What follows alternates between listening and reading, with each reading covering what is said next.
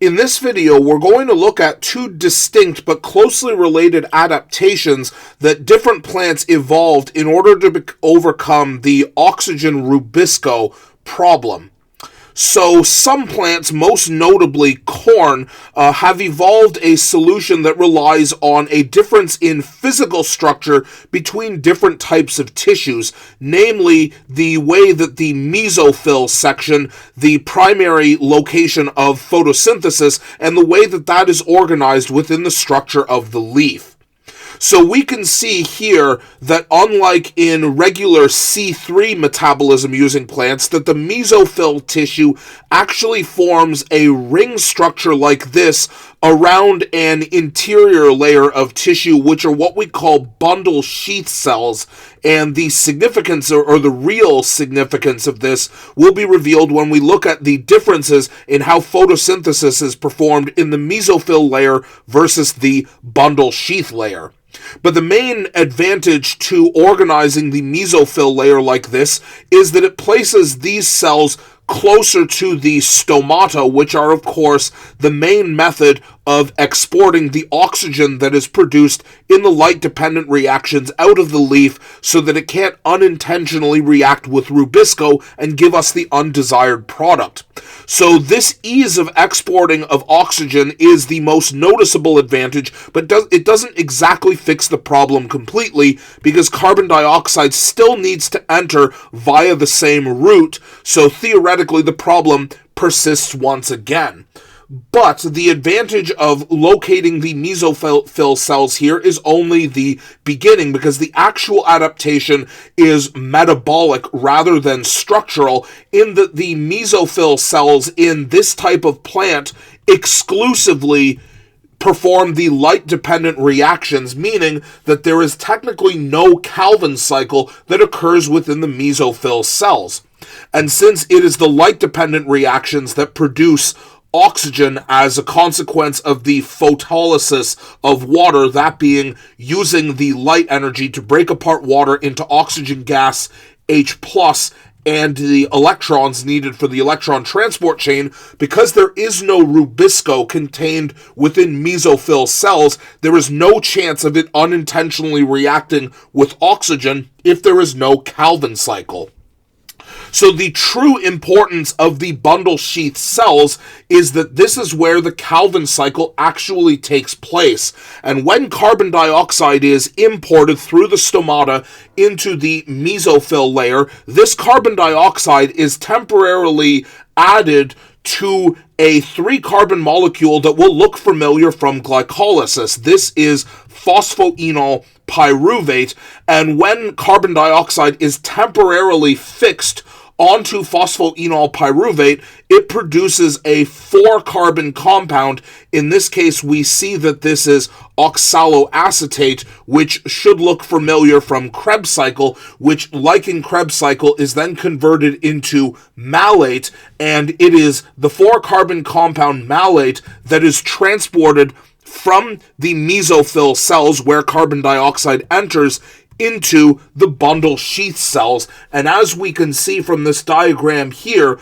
the light-independent reactions, also known as Calvin cycle, only occur within the interior here. And this is where malate, that right now is carrying our carbon dioxide, breaks apart, separating carbon dioxide from it and regenerating our 3-carbon compound that is needed to transport CO2 in. And from here, the carbon dioxide within the bundle sheath cells is released and is allowed to enter the Calvin cycle here. And remember that the Calvin cycle is the only location where Rubisco is contained. So the true elegance of this type of metabolism is that the light-dependent reactions that produce oxygen and the light-independent reactions that rely on CO2 occur in separate cells. And because oxygen and carbon dioxide will never exist for a long period of time in the same type of cells, there is no danger of Rubisco accidentally grabbing onto oxygen and adding it to RUBP, because oxygen never makes it into the bundle sheath cells where CO2 is concentrated. Now, because this type of metabolism results in a 4-carbon containing compound as the method of transporting CO2 from the mesophyll cells to the bundle sheath cells, this is what we call in shorthand C4 metabolism, because unlike the traditional Calvin cycle where CO2 is added directly to RUBP to break apart into two phosphoglycerate ions, there is no 3-carbon compound that is created directly, but the C4 relies to these 4-carbon compounds that transport CO2 from the mesophyll cells into the bundle sheath cells, thereby bypassing the presence of oxygen entirely. Now, one of the primary problems with this approach here occurs in desert plants. And as a consequence, desert plants, most notably exemplified by different kinds of cactuses, or cacti, if you prefer the grammatically correct pronunciation, desert plants have evolved a similar but distinct method of solving this problem because of the difficulty that deserts have. For those that are unaware, deserts, this might come as a surprise to some people, but deserts are hot. And as a consequence of a large amount of heat, especially during the day, this causes the water inside of the cell tissues of a plant to turn from a liquid into a gas. And this is, of course, is what we call evaporation, which is a very serious problem if you are a desert plant that wants to conserve water, because if there is enough heat in the desert that turns the inside of your cells into water vapor, that makes it easier for water vapor to escape out of the stomata that have to open in order to import carbon dioxide and simultaneously export oxygen. So, desert plants, in addition to solving the oxygen Rubisco problem, also need to deal with the conservation of water. Now, the solution to this is actually rather quite simple, and it involves asking the question, are deserts hot all the time? Well, obviously the answer is no. Deserts are hot during the day, but actually rather cold at night because of the lack of moisture in the air, and that is the solution to do the importing of CO2 and the exporting of oxygen at night, and that's exactly what we see.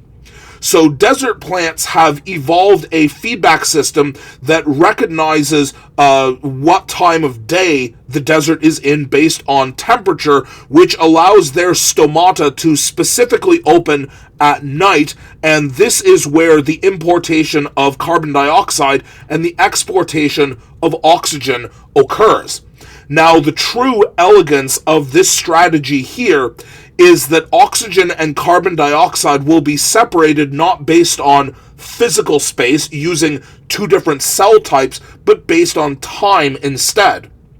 Remember that all of the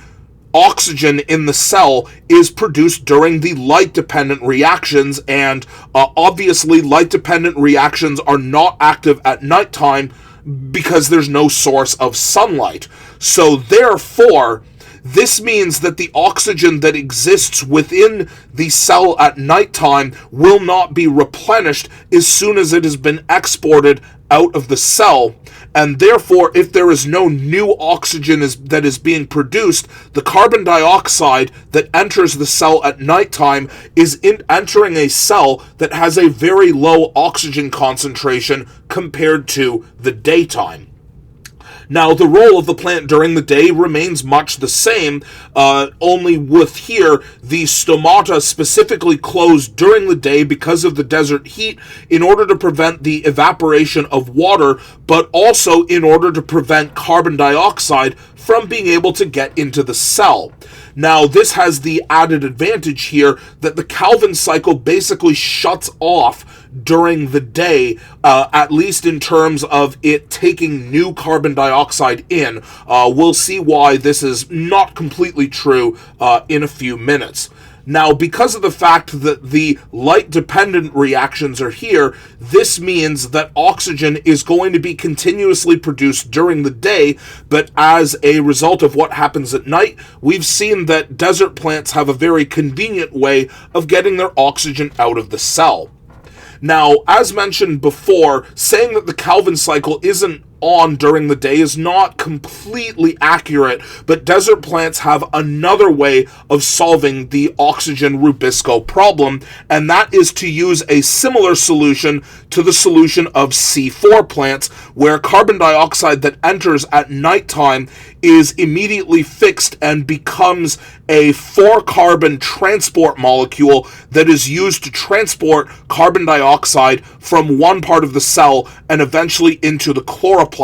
where it's going to be used in the Calvin cycle. But this is distinct from C4 metabolism because of the 4-carbon compound that is formed. The rather awkward name of this 4-carbon compound is, I believe this is pronounced crassulacean acid, named after the family of plants. I believe this is the jade family of plants that in which this metabolism was first discovered. If you don't want to refer to this as crassulacean acid, we can simply refer to this as Ca for short. And we classify all plants that use this day-night cycle and a combination of this particular C4 metabolism as being users of the crassulacean acid metabolic cycle, or CAM for short, which is why we refer to this group of desert plants as CAM plants. So the idea, once again, of CAM plants as distinct from C4 is that the concentrations of oxygen and carbon dioxide are high within the same cells of the plant, but never at the same time. So the idea is, because oxygen is only produced during the day, due to the fact that the light-dependent reactions aren't active at night, the way that the cell can circumvent oxygen reacting with Rubisco is to use the 4-carbon compound crassulacean acid as a transport molecule to get carbon dioxide into the chloroplast, bypassing oxygen entirely. And the fact that Rubisco does not encounter oxygen at nighttime, because this is when the oxygen would be imported, is the other countermeasure that these cells use. So as mentioned, at daytime, carbon dioxide from the carrier molecule, crassulacean acid, is fed directly into the Calvin cycle, much like the same process that occurs in C4 plants is. This concludes our video summarizing these two alternative methods, and the takeaway from this is that plants overcome the oxygen Rubisco problem either by spatially separating where CO2 and oxygen occurs in different cell tissues of a plant, as in C4 metabolism, or using the actual time of day as a method of separation of oxygen and carbon dioxide, the way that CAM plants do it.